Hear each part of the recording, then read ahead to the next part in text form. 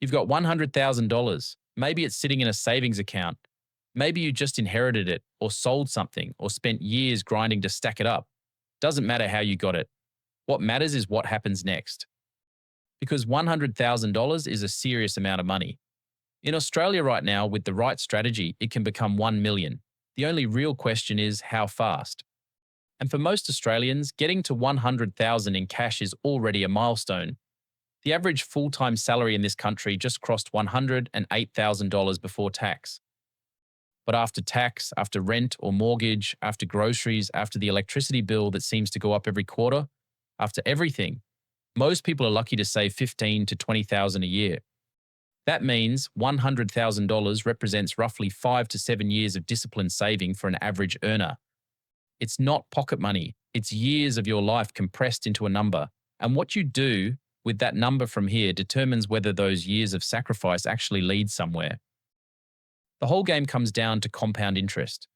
Your money earns a return, and then that return earns a return, and then that return earns its own return. It starts slow, almost frustratingly slow, but it builds, and at a certain point, the growth becomes so aggressive that your money starts doing things that feel like they shouldn't be possible. There's a shortcut to understand the speed. It's called the rule of 72. You take 72 and divide it by your annual return. That gives you the number of years it takes to double your money. At 10%, that's 7.2 years to double. So 100,000 becomes 200,000 in about 7 years. Then 200 becomes 400 in another 7. Then 400 becomes 800. And shortly after that, you've crossed a million. The first doubling is where most people lose faith. 7 years go by and all you've done is add another 100,000.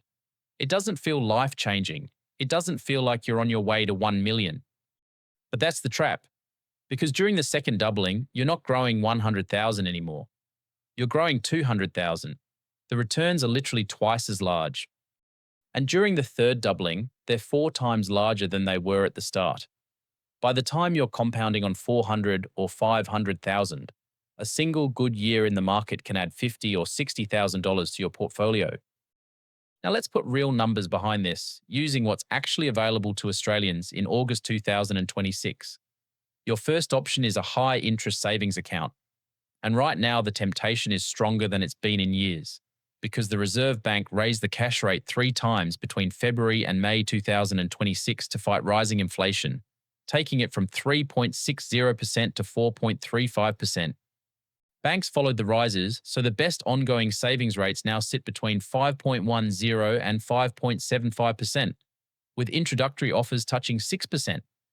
Sounds great, but at 5.5%, your 100,000 takes roughly 43 years to hit 1 million. And that assumes the rate never drops, which it will. All 4 major banks expect the next move to be a cut. And that's before you factor in inflation, which is running at 3.8% as of June 2026. Your real return after inflation is barely 1.7%. So after 43 years of waiting, that 1 million buys you what roughly 200,000 buys you today. And here's the part that stings. Over those 43 years, you didn't just lose time, you lost the opportunity to compound at a higher rate for every single one of those years. A savings account doesn't just get you there slowly, it actively holds you back from what your money could have been doing somewhere else. Every year, your 100,000 sits at 5.5% instead of 10%. The gap between where you are and where you could have been gets wider. After just 10 years, the difference between 5.5% and 10% on 100,000 is nearly $90,000. That's almost another 100,000 you left on the table in a single decade. Your second option is the Australian share market. The ASX 200 has averaged around 9.2% per year over the past decade with dividends reinvested, and closer to 10.6% once you count franking credits. Let's stay conservative and call it 9%. At 9%, your 100,000 reaches 1 million in about 27 years. No extra contributions, no complicated strategy. Just a low-cost index fund like VAS or VDHG bought once and left completely alone. You've already slashed 16 years off the savings account timeline just by choosing a different vehicle. But you're not going to just sit there contributing nothing for 27 years. So let's see what happens when you add fuel. If you invest that 100,000 and contribute $500 a month, at 9% you hit 1 million in roughly 21 years. $500 a month is Uber Eats, streaming services and coffees you don't remember ordering. Redirected into an index fund, it cuts 6 years off the clock. Bump that to $1,000 a month at 10% average returns, and you're at 1 million in about 16 years. Now let's talk about going global. The iShares S&P 500 ETF on the ASX IVV has delivered about 15% a year over the past 5 years, more than doubling investors' money in that time. Those numbers include a monster run in US tech, so let's not assume that continues forever.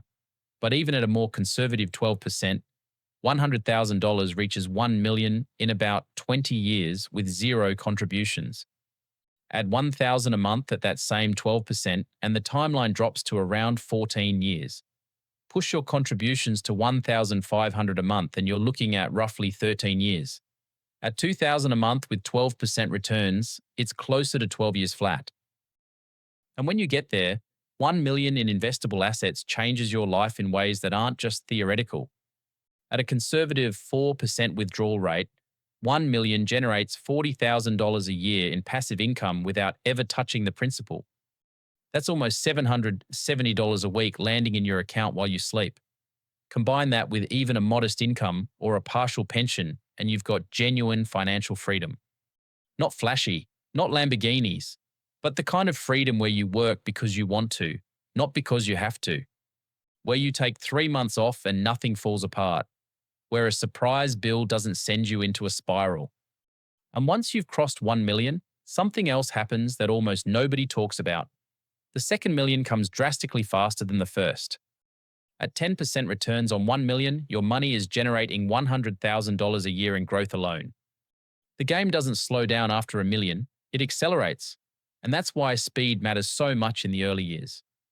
Every year you shave off the journey to 1 million is a year you gain on the far more powerful compounding that happens after it. Think about what that means. Same $100,000.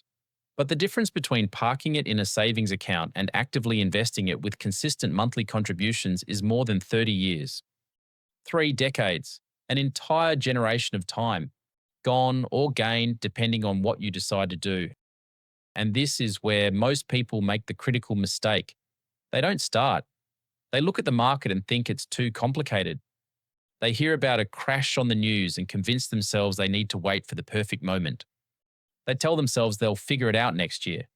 But every single year you delay has a real cost, and it's not the cost most people think. It's not just one lost year of returns. It's one lost year of compounding on every single year that follows. The mechanics of actually doing this are simple. You open a brokerage account. You pick a low-cost index ETF. VAS gives you the top 300 Australian companies for 0.07% a year in fees. VGS gives you more than 1,300 international companies across developed markets for 0.18%. You set up a recurring investment so money moves automatically every month. And then you do nothing. You don't touch it when the market drops. You don't get clever and try to time a dip. You don't sell because someone on social media told you a recession is coming. You just let time and compounding do what they've been doing for over 100 years of market history. That's the real answer. $100,000 can become 1 million in as few as 12 years or as many as 43. The speed depends on 2 things: where you put the money and how much you keep adding. If you got something out of this, do me a favor and hit the like button, subscribe to the channel, and turn on notifications so you don't miss the next one. I'll see you there.